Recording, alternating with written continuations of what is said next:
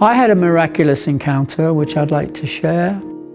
Originally, I put it on my website. It was headed as Joe Brown, Surely This is a Miracle.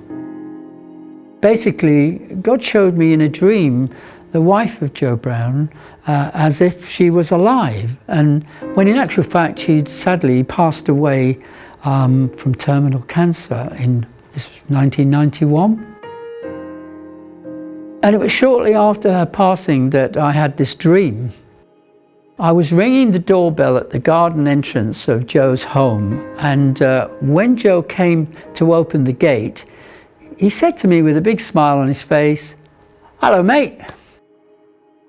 I was invited into the garden area and I was walking towards the house. And I saw, running up behind Joe, his wife, Beaky.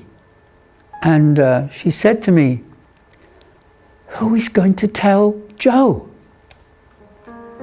First I was shocked at seeing Beaky, as I knew that she'd already passed away, and then when she spoke to me from behind Joe, I realised that Joe was totally unaware of Vicky's presence. And more importantly, Joe did not hear a word of what Vicky was saying. It was clear to me. Who is going to tell Joe, was what Vicky was saying. Well, when the dream finished, and I said to the Lord, because I felt this was coming from God, and I said that I was a little confused about what the dream meant. So I asked the Lord, please explain to me what and why I was being shown all this in a dream. And God said that he wanted me to go to see Joe and tell him about the dream, and that God wanted Joe to know that there is life after death. I replied and said, well, I don't know Joe anymore, or how to contact him. You know, this was like 1991. The last time I worked with him would have been probably 1965.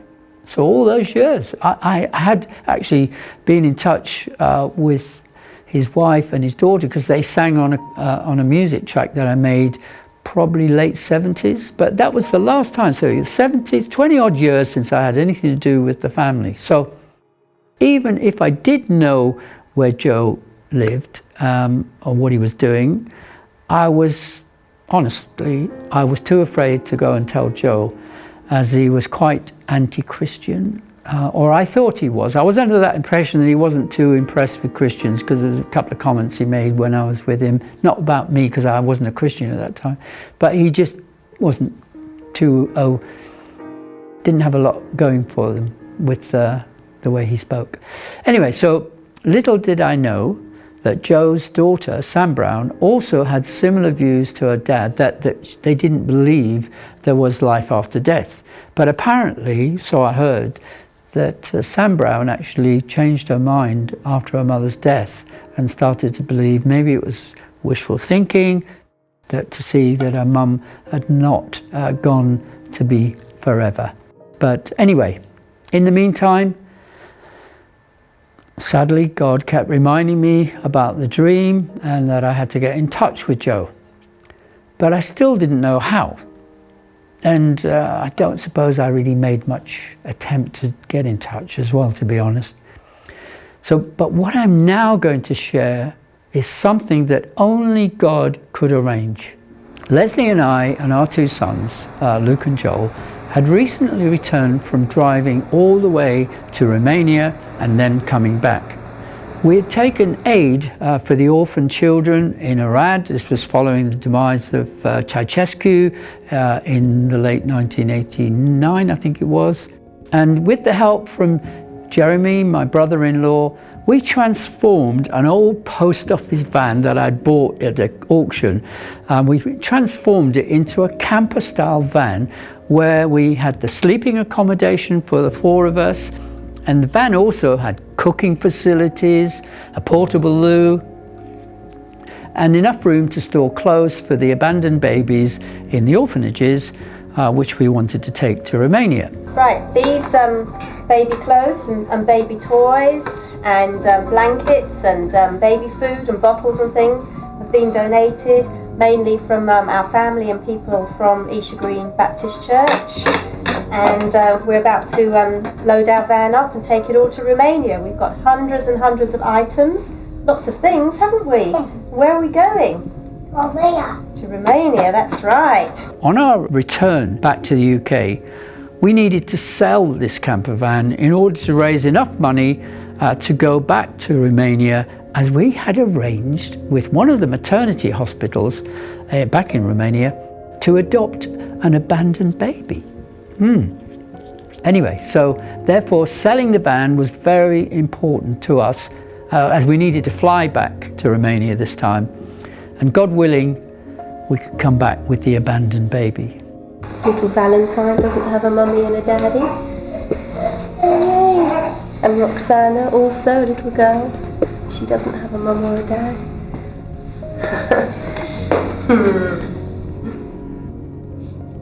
How were we going to pay for the airfares? Selling the van, right. We heard about this place in North London where every Sunday morning you could buy or sell camper vans, particularly the very sought after ones, the VW camper vans. So one Sunday morning, we went to this place. It was in North London somewhere, to see if we could sell our van. But mind you, as you can see from the photos, right, or the video, our van was the ugliest looking camper van ever. It had bolts sticking out the side, and it didn't look anything like the classic camper van that the VW was. They were the bee's knees. What I remember about this day, well, we're sitting there for like 3 hours, and I can remember that it was very cold, it was bleak, and our van just did not present very well. And especially from the outside, as I say, although inside it was very practical in its layout and it looked the bee's knees, but outside it was ugly. So here we are inside the van, freezing. And I tell you what, I can remember we just said, we can't stand this any longer. Let's head back. We're not going to sell the van. We did have an offer, by the way, for about 700, and we needed 2,300 in order to do what we needed to do. So we finally decided to shut the back doors, because we'd had left them open so at least everybody could see how nice our van was inside. And I said to Leslie, okay, let's pray. And this is what I prayed. Heavenly Father, you know we need to sell this van, and we need the money in order to go back to Romania to hopefully adopt this little abandoned baby. Let somebody come up and say, I absolutely love your van, and that they would give us the full asking price of 2,300. And I said, in Jesus' name, amen. I closed the doors, I started the engine, and, well, can you believe it? A car pulls up and just more or less screeches, stops. Can we look at your van? Yeah, sure. Looked inside, pulled the doors. I absolutely love your van. What? The very words I'd prayed. I was being really rather tongue-in-cheek when I said to God about let them say this and that they would pay us the money and everything else. And she said, this is just what we're looking for. I love it. And I said, well, it's 2,300? No problem, she said. My goodness. I can't, you couldn't make this up, could you? Anyway, so Leslie and I could hardly believe our ears. The woman then said, this is just what we need to go touring. And when the woman was speaking to me, I sort of recognized the timbre of her voice. Now this might sound strange, but it isn't to me, because I've got a quite sort of highly sensitive ears. And I said to her, excuse me, I said, but you sound like someone that I used to work for many years ago, who also had a deep voice like yours. Oh, who was that? This young woman said. I said, Joe Brown. The woman replied, that's my dad. I am Sam Brown, his daughter. Well, you could have knocked me down with a feather. Sam Brown was a famous singer in her own right at that time, but I did not recognize her due to the bobble hat she was wearing, the scarf and all of that. So I didn't recognize her as a person, but there was something about the voice. Anyway, I said, this is an immediate answer to my prayer in more ways than one. Not only did I actually say, somebody would say, I absolutely love your van, which is very tongue-in-cheek, as I said, because it's the ugliest thing you could have seen. But I also was saying, you know, that they would say, you know, this is what we want. And I love your van. Oh, it just was amazing. Anyway, so I said to Sam, I said, you know what? I used to work for your dad, and it's a long time since I've seen him, and I've got a message for him, and I need to contact him. And I said, how do I do that, Sam? So she gave me a business card of the manager of Joe, and Joe's manager, his address and phone number was on there. So what I did, I regret that I wasn't very obedient. I wasn't too happy about calling and speaking directly to Joe. So what I did is I decided I would write a letter. And so I called the manager and I said, could I have the address, and I'll write a letter to Joe. Okay. And anyway, I've got to say that I never did hear back from Joe, but true to what Sam said, she said she was going to buy the van and she didn't have the money on her. And ironically, she said, do you know what? I'm going to have dinner with my dad right now. I was going to have lunch, Sunday lunch. So yeah, great, send my regards, etc. And I will write, da-da-da-da-da, of course. And anyway, the following day, I think it was either the day after that, Sam Brown, true to her word, came over to Thames Ditton, where I was staying with Leslie's mum, and paid us the money, $2,300 in cash. And so we had the money to travel back to Romania to go and adopt our little Rebecca. Now, some would say, was that a coincidence? No, I would say it was a God incidence, and certainly was a way in which it funded our trip, and it also was a complete answer to our prayer, even if I did say it in sort of tongue-in-cheek style. Anyway, as I said, I was still too afraid to pass the message on directly, and I hadn't learned to be totally obedient to God at that stage, and I always felt rather sad that I never got that message directly to Joe. Maybe somebody watching this program could actually pass on the message that about the dream, you know, that the Lord showed me that Vicky was saying to me over Joe's shoulders, who is going to tell him? Who's going to tell Joe? That's what she said, looking at me. And I didn't do it, so hopefully somebody else can actually do that and get in touch with Joe. Yeah? There is life after death. There is the new heaven and the new earth. And there is no more pain or sorrow. And there's going to be a new beginning. Everything is going to be made new. This is the promise in Revelation chapter 21.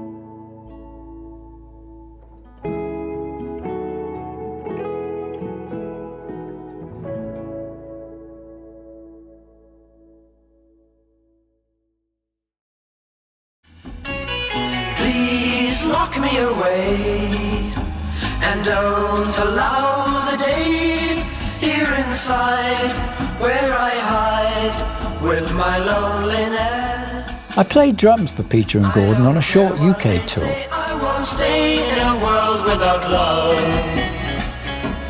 This was a #1 hit composed by Paul McCartney, A World Without Love. When I see her coming down the street, I get so shaky and I feel so weak. This is my favourite song though, which was composed by Del Shannon, I Go to Pieces. Another #1 hit it was. And I go to pieces and I wanna hide. Go to pieces passes and I almost die every time my baby passes by. I was reading a couple of the latest comments made by viewers who had listened to this song online, and they wrote, "I was 10. Both my parents were alive and I was safe and life was wonderful. Music like this takes me back to that warm, safe feeling I used to have." Another comment by another person. "My mum just passed away and I keep playing this song. I miss her so much." There are very few songs these days that can affect you in the same way that these great songs do.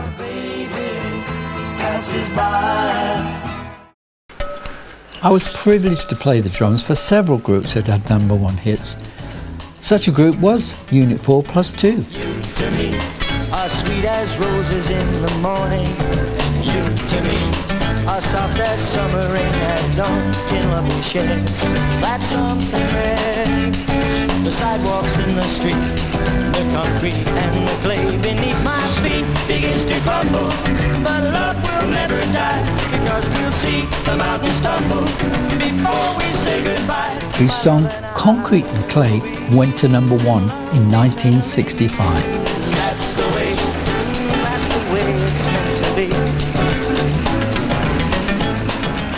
I was supposed to have joined the band from the time they suddenly were to appear on Top of the Pops, but I was in hospital having my tonsils out. Therefore, an actor, Hugh Halliday, had to step in, but eventually I later joined the group, as the newspaper article mentions. Now, another part of my history was an impresario by the name of Laurie Paramore had asked me to form a band to back Billy Fury for a tour that he was doing. I was able to get Ian Hunter, who played the bass, and Ken Markham, who played guitar, and there's myself on drums. And one of the most important venues that we were going to be playing at was Liverpool, which was where Billy Fury was born. And when we first arrived in Liverpool, we set up our kit, and we, as a three-piece band, we did the warm-up, and then Billy Fury came on stage. And sadly, he didn't go down that well that night, but we, as a band, were doing really well. But Billy was a really neat guy. You know, he was gentle soul, and it was really shame that after we finished the short tour, that Ian Hunter actually said to me and Ken, "You know, we really played well together, guys, and as a three-piece band, so why don't we form a group?" And I said, "You know what? I've absolutely had enough of touring and playing the drums for a living," and I turned it down. We were living in Uxbridge Road in Kingston upon Thames at the time, and a couple of years later, Ian Hunter went on to have the best years of fame and fortune with Mott the Hoople. Yeah, All the Young Dudes. Remember the track? Yeah, that was where we could have been if I'd stayed in the music industry. But I was quite happy to get out of playing, that's for sure. I need to go back to the period when I'd stopped playing the drums for a living, and I was becoming more interested in producing music and working in recording studios. And myself and a guy called Bill Farley, the sound engineer from Regent Sound, who had produced a song with myself for a guy called Mike Leslie, and I managed to get that released. When I'm short on bread, there's a place that I hit for the penny a key. Penny a key. My baby and me feel like we royalty at the penny a key. Penny a key. And I was introduced to Jack Baverstock, who was the head of A&R. And one day Jack said to me, "Try and do something with this lot." Played me this track for a band that had made a record with the Philips label, and it was a flop. He'd had one or two tries with them. Well, do you know who it was? The name of that band was Dave D, Dozy, Beaky, Mick and Titch. But I took up the challenge and went into the Fontana's own studios, which was below the offices near Marble Art in central London. We had a good session, and I recorded the song composed by Ken Howard and Alan Blakely, I think it was, and it was entitled "You Make It Move." You make it move. I love you, girl. You make it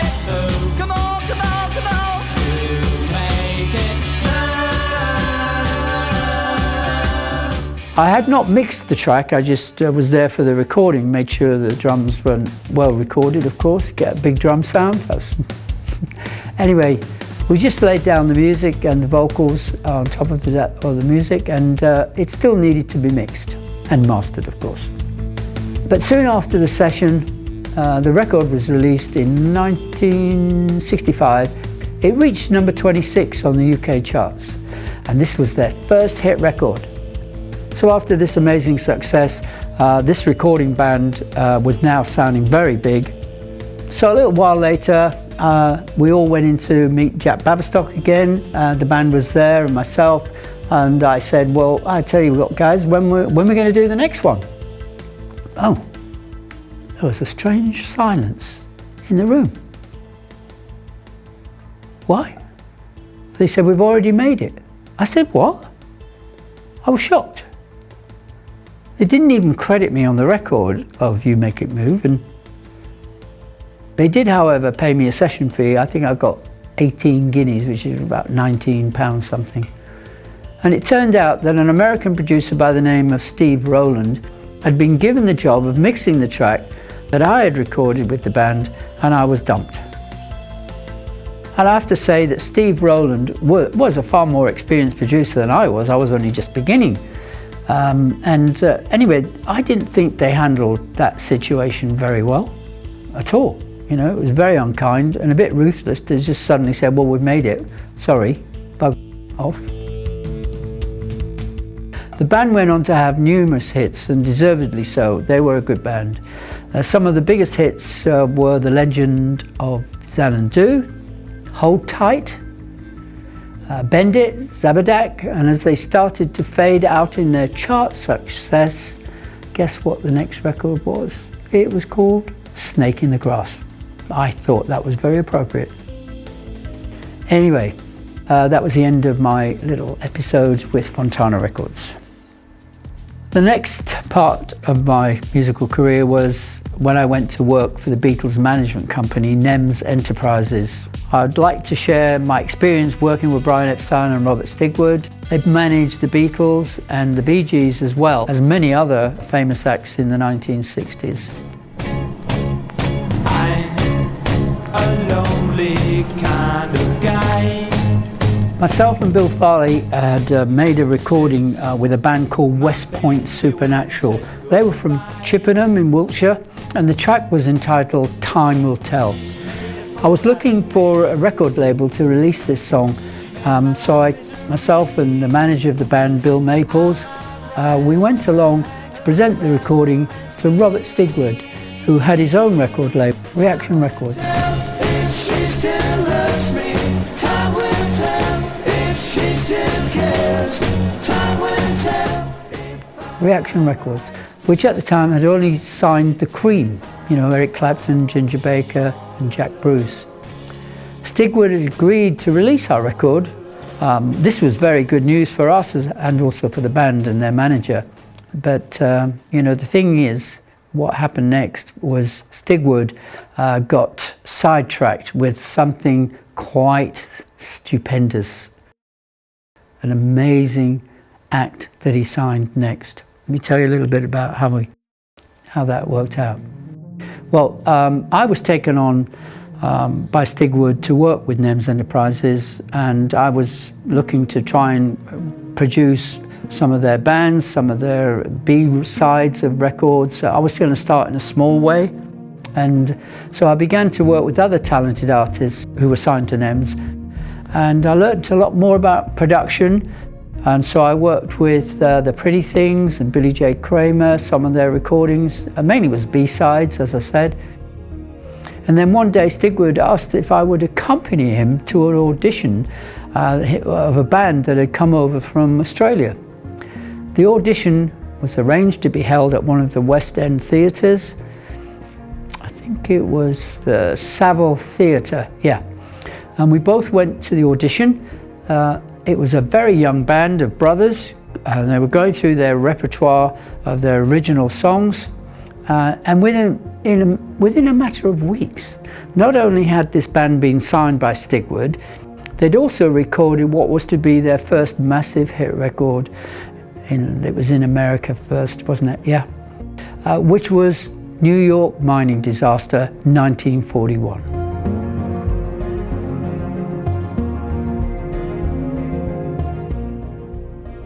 Yeah, you got it. This was the Bee Gees.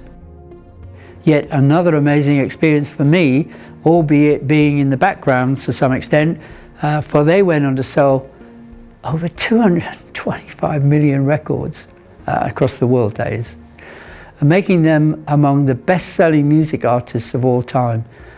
Phenomenal. And to be there, who would have known, to be at that audition, and to be, there was just Robert Stigwood and myself, and he asked me what I thought of the band. I said, well, musically they weren't that well together at the time. Great songwriters, and of course being a drummer, their drummer I didn't think was very good. But anyway, we went on and obviously we saw exactly what happened to them, and they've, sadly some have passed away, but they've still had a great success, more than any other band in the history of the music industry. I'm going to share with you something again. This was another time when a homosexual made an unwanted sexual advance towards me. There were others in high positions in the music world who also had made similar sorts of sexual advances to me. I probably was just too pretty for my own good. A lot of them now are deceased, so not a lot of point bringing it up, but I was beginning to worry about how many more times must I endure these unwanted advances when I was only trying to continue with my career in the music business. It seemed to be that every time I did an audition or met with somebody, they wanted to have sex with me. It got to the point when I shared these advances with my then wife, Annette, who also worked in the film industry. She said, well, that's just the way that it is. She didn't approve of it, of their behavior, but she said, it is what it is. Whereas when I started to share with my friends, my man friends, about these advances and what should I do, they all said to me, just do it, Howard, just do it, and they'll make you famous. Well, I wasn't ready to do that. I didn't want to do that. It wasn't something I could do. I was in a turmoil, and so much so that I found myself one night saying, Dad, I wish you were here. I wish you were alive.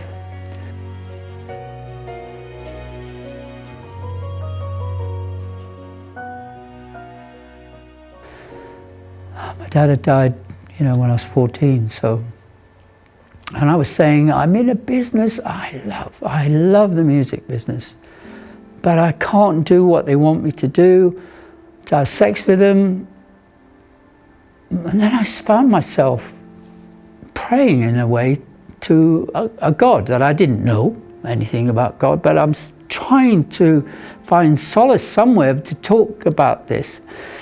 And it's as if God was listening to me, and I sort of said, well, if you are there, help me. Please, help me. Within a matter of weeks, the Jehovah's Witnesses knocked on my door and said, what part does God play in your life? And I said, God doesn't play any part in my life, but I wouldn't mind if he did. I then started to understand the biblical view on same-sex relationships, which made me feel somewhat relieved that it wasn't me, and it wasn't abnormal for me to be repulsed by such sexual advances from men. How can I compare it? I was a vegetarian all my childhood till I was 16. And if I ate a piece of meat, I'd want to be sick. And I'm relating it to, if a man touches me in a sexual way, it repulses me so much that I want to be sick. You understand that this is almost a biological reaction. But it didn't mean to say, as I said earlier, that I hated men who were homosexuals. Some of them were really nice people, polite and fun to be with. I can remember some of them. We were on tour together and we had great fun laughing, you know, and joking and just getting on with our work. But you know what? I have to choose what sort of life I led. And if it meant getting out of the music business one day, I would do that. I would just have to leave it behind. And that's the way it is.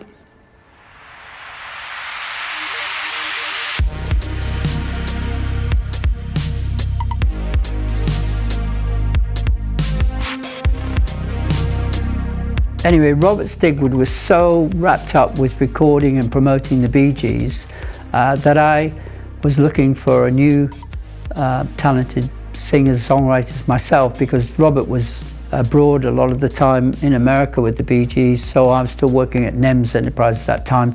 So there were songwriters, bands coming in that I was able to meet with and try and find people that were good enough to help them to do their music.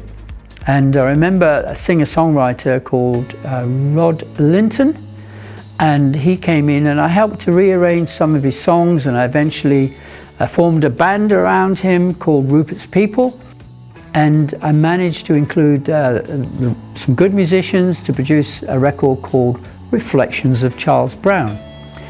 I secured a release on EMI Records with this particular song. There was a TV advert at the time which they used to play, and there was a piece of music. It was Bach's Air on a G string, and I used that around the lyrics that Rod Linton had composed. But I convinced Rod to use the melody of Air on a G string, and this then became the A-side of Reflections of Charles Brown. My idea to use Air on a G string as the main melody for a record was also being used for the now famous Whiter Shade of Pale by Procol Harum. Their version was only released a few weeks earlier than ours, and that quickly became a huge hit. Quite rightly so, actually. Much better recording than what we did, to be honest. The prominent instrument on both the versions was the Hammond organ with its howling Leslie sound. And ironically, it was the same organist, Matthew Fisher, who both played on Procol Harum's and Rupert's People's records, doing this Air on a G string. But our version managed to get into the top 40 in the UK charts, and it also was at number 13 in the Australian charts.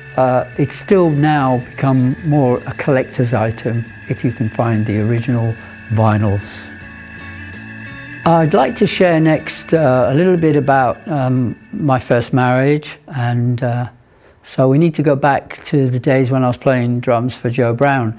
We were touring around many of the cities in the UK at the time, and it was when we were appearing in the pantomime Aladdin in Shrewsbury that I first met one of the characters in the show, Jack Lee White. He was very kind, and he asked me back to his home to spend the weekend with him and his family. It was a weekend break, and for some reason, I can't remember, I wasn't able to go back home. And so I spent the weekend with Jack's family, his wife Pauline, and his two daughters, Iana, who's the youngest, and his eldest daughter, Annette. Annette and I were the same age, and I think we were both sort of around about 18, maybe coming on 18 at the time, yeah. We were attracted to each other, and basically, eventually we fell in love. And several months later, we got married.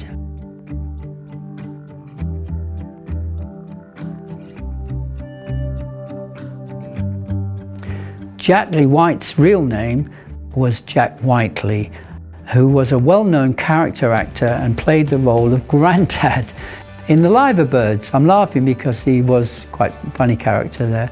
A very popular sitcom. It was a series on the BBC in the late 1960s. Both of us were far too young And, you know, and we had to seek our parents' approval to marry in those days, and that was the law. Our first child was born in December 1967, and it was a period when I had just left working for NEMS Enterprises, Brian Epstein and Robert Stigwood, and I was without a job. And I found it quite challenging to make ends meet. Both managing a pop group, Rupert's People, who I mentioned earlier, they were a constant drain on our finances. We also had repayments on a bank loan. I think it was £1,000 that we borrowed, and that's, as I say, value today probably 20,000 equivalent to. We borrowed the money because we funded all the recordings and also promoting the band. We did a music video and also bought all the equipment. We were also very near broke. Fortunately, Miles Copeland, the brother of Stuart Copeland, the drummer of the famous band The Police, who was, you know, had Sting as their lead singer, well, much to our relief, Miles Copeland took over managing Rupert's People. It was such a good feeling to be shot of continually paying out for the band's needs. But now, we had no prospects of earning any money. So, however,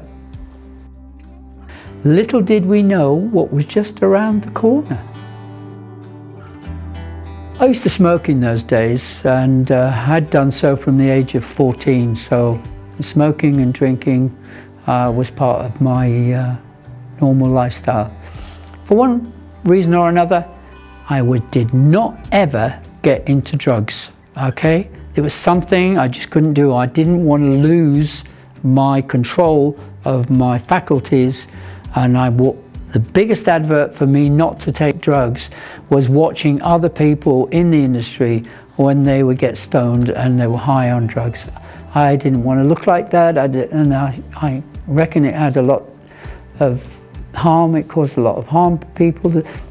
People looked like 5 or 10 years older than me who'd been on drugs for a long time. So yeah, it was good that I just stuck to smoking, if you like. Anyway, I was smoking one day, and my newborn child, Charlotte, was there in a cot, and a friend of mine said to me, "Oh, you need to stop smoking, Howard." I said, "What?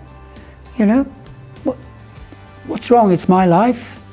And then he said, but he pointed at Charlotte and he said, "What about her? She's taking in the smoke that you're letting out as you breathe out into the air." You know what? I never thought of it that way. And I stopped smoking right there and then. When I saw that my child was suffering because of my selfishness and smoking, I stopped. And you know, I tried many, many times to stop smoking. But being in the music business, being in recording studios, being whatever, there's a lot of, you know, stress and strain, and smoking was the best thing for what I thought was to keep us calm. And from that day forward, I've never smoked again. But I needed my friend to be just as pointed as he was. And I want to thank my friend for his comments, because it really hit home how I was damaging our baby's health. I'd never considered that before. And in those days, in the 60s, mid-60s, it was, you know, let's face it, it was something that pretty much everyone did. It's not like today where it's, you know, a no-no. Annette and I decided that we'd renovate this old apartment because we'd had to leave because we couldn't afford to pay the rent on our other apartment. And it was something which was an old, dilapidated basement. The ceilings were falling in, it needed restoration, needed new bathrooms and all of that. But I needed to find a way to make some money. And having recently handed over the management of the pop band to Miles Copeland, but we did have the musical equipment, including a brand new Ford Transit van, which we had on finance. So we did have some musical kit, and what happened next is quite interesting. So somehow Decca Records got hold of my telephone number, and they'd heard that I had a special piece of equipment. It was a Leslie, which is part of what goes with a Hammond organ, like a B3 or a C3. And we'd adapted it so you could put a guitar into it rather than the keyboard. And Decca Records called me and they said, we need that, we need to rent it from you for a recording session for the newly signed band, the Moody Blues. So this is what we did. We started to do business with Decca Records. And it was just at the right time, because we couldn't afford to pay the rent on our apartment. So along comes a once-in-a-lifetime break. And it all began with a conversation with Decca Records. And the conversation went something like this. Can we hire or rent the Leslie speaker, which connects to the guitar, and we want to do this for 4 days. And also, would you deliver it? And we need it immediately. Okay, I agreed a price including delivery and pickup. And by the way, this was for the Moody Blues, who had recently signed to Decca Records. And although I'd never rented out musical equipment prior to this date, we just desperately needed some income from somewhere. The sums involved were quite small. I think I charged them 8 guineas. 8 guineas is like £8 and 8 shillings, so it was a little bit more than saying £8. Then they wanted it delivered as well, and I charged them, I was so original, another 8 guineas for delivery. And they wanted it picked up, and I charged them another 8 guineas for picking it up. So that was it's 24 guineas. Wow, that was a lot of money. Our rent at that time was, I think, just £6, £7 a week. So, you know, it was good money in those days. Anyway, Decca Records agreed, and at the end of the conversation, that was it. And I thought, oh, well, great, you know, we've got some money coming in for this month. That's great. But Decca Records was just the beginning of a huge turnaround in our immediate future. How come, you might ask? Well, it was like this. About an hour later, after having that call, Decca Records rings me back, and they said, well, I think her name was Jackie. Jackie, yeah, that's right. And it was the same lady who called me earlier, and she said, we have another musical instrument that we need. And she said, and do you have this? And she started to make a list of the things that she wanted. And I said, well, look, tell you what, send me that list, and or I'll call you back, or ring me back, or whatever, and I'll see what I can do, okay? And I'm really pleased that I did that, because these were also needed for the Moody Blues recording sessions, so they were very important. And I thought very quickly, yeah, I'll tell you what, because I didn't have very much else. I did have a few instruments and amplifiers and things from handling Rupert's people, so we had, you know, a reasonable amount of instruments. And as I say, we had the van as well. Anyway, so I say to Jackie, yeah, give me that list that you need, and I'll get back to you as soon as possible. That's the way it ended. Believe it or not, responding in the way I did, I think if I hadn't have done that, I would have missed one of the biggest opportunities of my life, okay? And before I share the amazing things that would change our lives, I first want to explain some of the backgrounds as to what the situation was and what we were personally facing at that time as a family. You know, I had my wife and our newborn baby, and we couldn't afford the rent we were in. Anyway, this is what happened. I'd started to become interested in learning about God. And for the first time in my life, I could see that seeking success at any price, which was the way I was thinking before this encounter I'm going to share with you. Anyway, I had to change my mind, and I did eventually, thank God. I do recall hearing scriptures read out at school, assembly times, for example. Scriptures like, the meek will inherit the earth.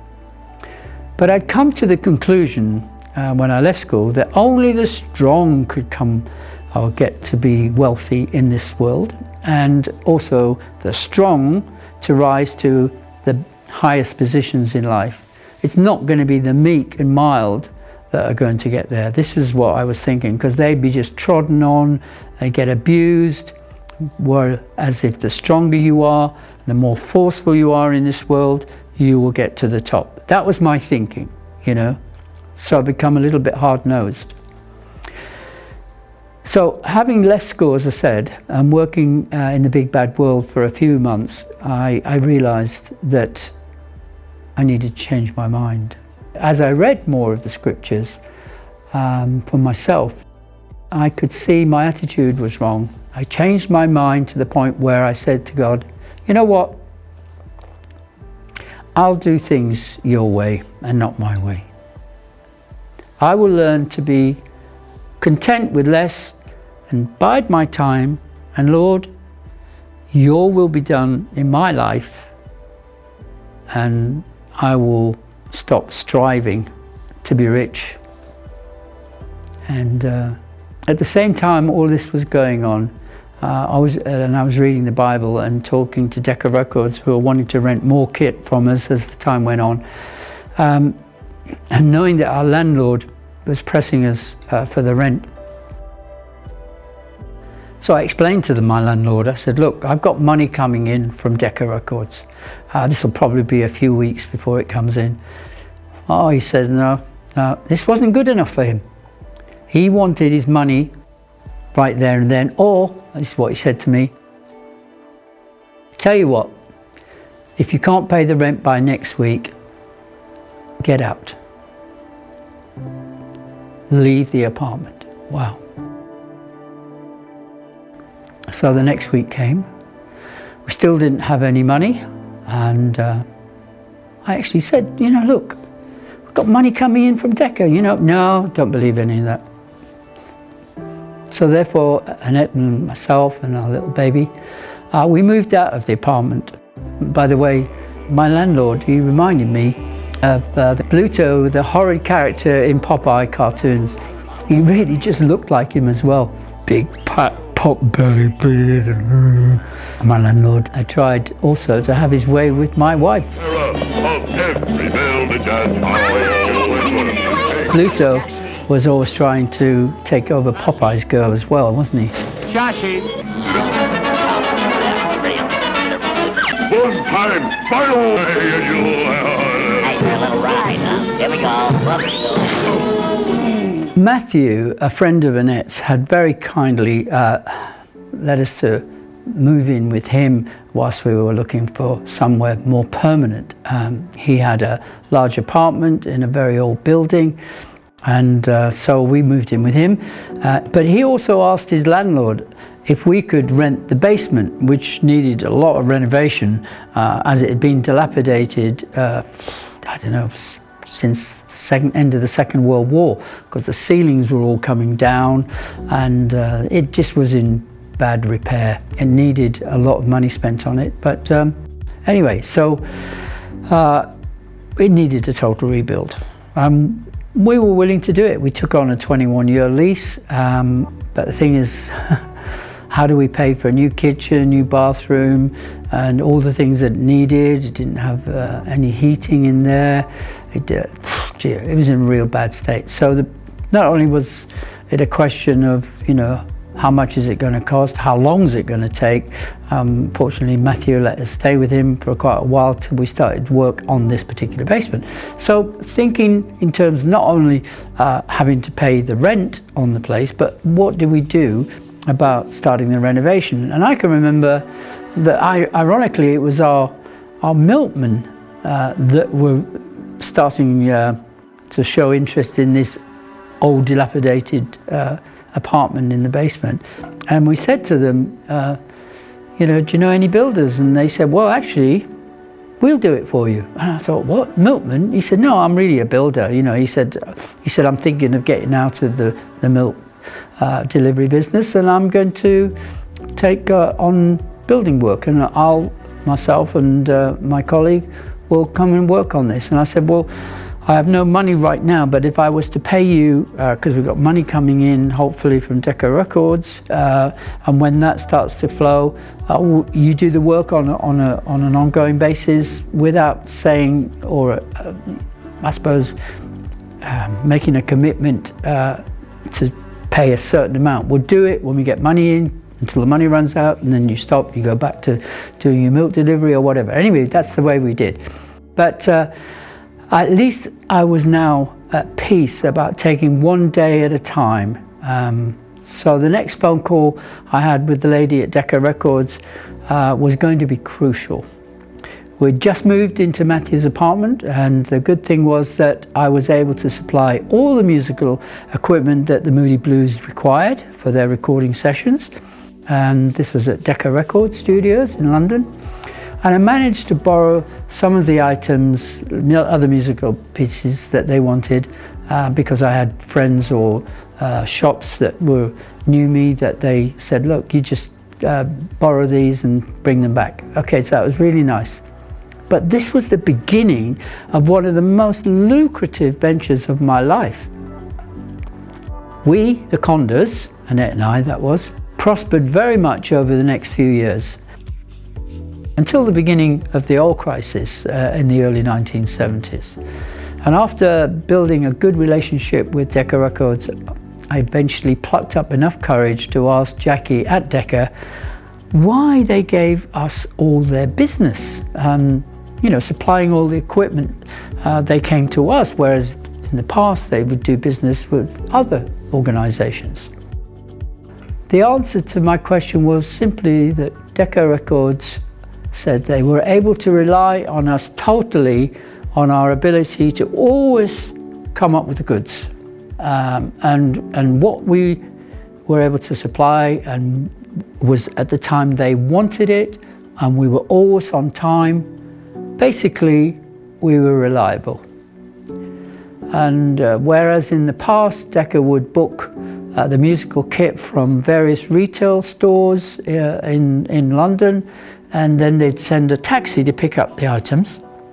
And when the taxi got to the music shops, often they'd sold the guitar or whatever it was that they were going to rent to Decca Records.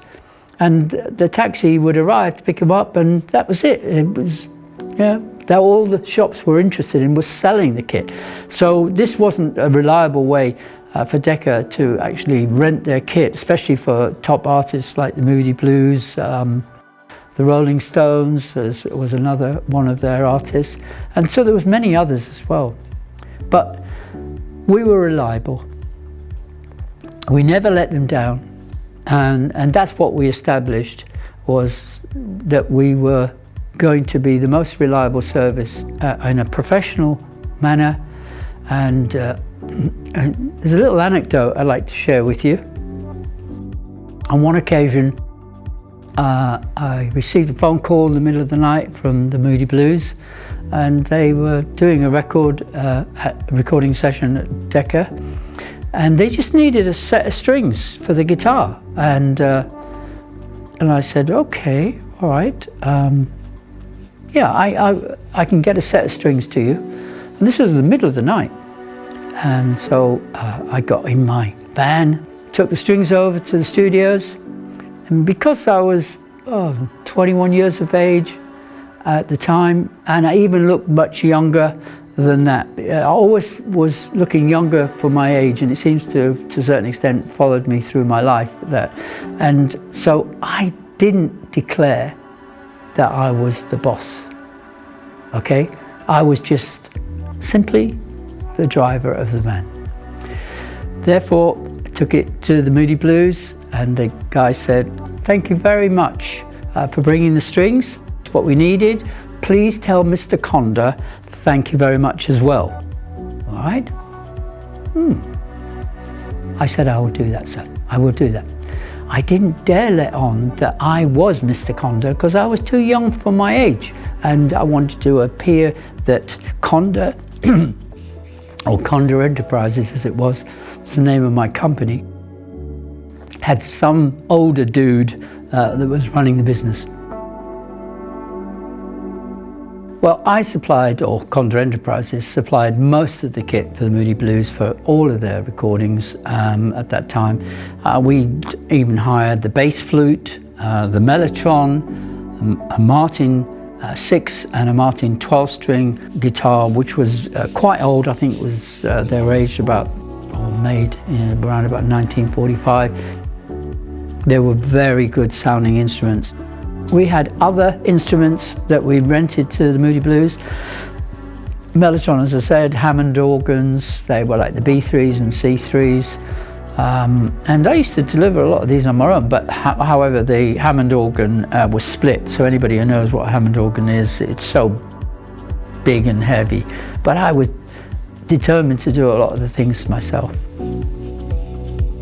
My wife Annette handled the phone calls and all the orders, and I would make the purchases of the new equipment, and I would deliver the musical kit, and I would look after all that side. And I provided a really good, reliable service, as I said, for all the recording companies at that time. So coming back to the basement, do you know what? By this time, the basement had been finished. We had a beautiful home. We had a baby grand piano in there. We had beautiful antiques, lovely furnishings. It looked amazing. It was a huge flat. But everywhere you looked, there was musical instruments, a Hammond organ, a B3, a mellotron, a Fender Rhodes piano, Wurlitzers, and all sorts of other guitars and amps. The apartment was so full, I could hardly move. And so we decided that we would actually do something about this, and we looked for retail shop where we could run the business from. And it was simply an amazing blessing. But you know, just to recap, I'd made a deal with God that I would stop pursuing things in the way that I was doing it. You know, I was determined initially to be rich. By the time I was 21, I wanted to have my first Rolls Royce. And, you know, it's just the usual things which were being in a young person's mind, particularly in those days. And I just changed my mind. I started reading the Bible, as I said, and I thought, you know what, I'm going to do things God's ways, and I'm just going to calm down, you know. So I could just see now that God was blessing us really incredibly. My wife and my daughter Charlotte. It was from that time on that a huge breakthrough came for us as the Condors. Do you know, it's quite interesting, mention at this time, we had people who were friends of ours when we were like just in the normal day-to-day living type of earning capacity, having worked with Brian Epstein and Robert Stigwood and getting, I think it was £20 a week in those days. You know, but even so, your rent was only £6, so you had a reasonable amount of money left. But what happened was that some of our friends started to get jealous and sort of, it was really awkward. And I remember talking to one of our dear friends and saying, you know,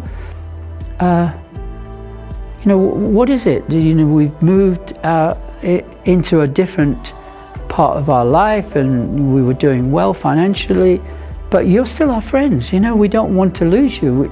And they thought, well, you know what? You were going up the ladder quite well, and we just felt that we weren't part of your group anymore. And I said, that's not. You know, you are friends. You don't think that way. And I think jealousy is a terrible thing, really. And you know, I think people. It was sad. Let me just put it like that. By the time I was 23 years old, I opened the Howard Conder Music Centre at number 8 Eden Street, Kingston upon Thames in Surrey. This was to be our next big adventure. And we started to do really well. We had enormous premises, and we started to do business with Johnny Nash, for example, and Bob Marley. Hi, I want to tell you a story, but it's true. I don't like the word story because it sounds like it's made up. But I was asked by a magazine on the Costa del Sol in southern Spain to write an article about how I met Bob Marley. It wasn't in Jamaica, that's the point. And it wasn't in Kingston town. It was in Kingston upon Thames, here in the United Kingdom.